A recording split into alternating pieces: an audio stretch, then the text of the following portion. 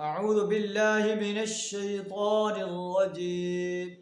بسم الله الرحمن الرحيم. وأنذرهم يوم الحسرة إذ قضي الأمر وهم في غفلة وهم لا يؤمنون. إنا نحن نرث الأرض ومن عليها وإلينا ترجعون. صدق اللہ العظیم.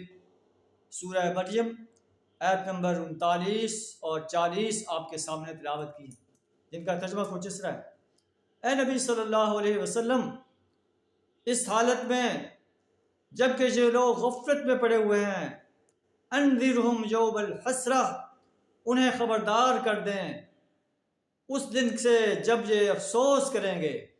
آج یہ غفلت میں پڑے ہوئے ہیں، آپ کی دعوت پر ایمان نہیں لا رہے، اللہ کی وحدانیت کو تسلیم نہیں کر رہے، اللہ کی بندگی نہیں کرتے، اللہ کی پرستش نہیں کرتے، اللہ کی اطاعت نہیں کرتے، اللہ کو حاجت روا اور مشکل کشا نہیں مانتے، اللہ کی نظر و نیاز نہیں مانتے. انہیں اس دن سے ڈرا دو جب یہ افسوس کر رہے ہوں گے، حسرت کر پچھتا رہے ہوں گے. آج ان کا ایمان نہ لانا قیامت کے دن ان کے لیے حسرت کا باعث بنے. انا نحن نرث الارض ومن علیہا والینا یرجعون. آخر کار ہم ہی زمین اور اس کی ساری چیزوں کے وارث ہوں گے. ان کی سرداریاں، ان کے چودراہٹیں ختم ہو جائیں گی. قرآن جو کہ آفاقی کتاب ہے، پوری دنیا کے جبار اور ظالم انسانوں کو، دولت مند انسانوں کو جو اللہ سے غافل ہیں، انہیں وارننگ دے رہا ہے. ہم نے وارث ہونا ہے، تم نے چلے جانا ہے.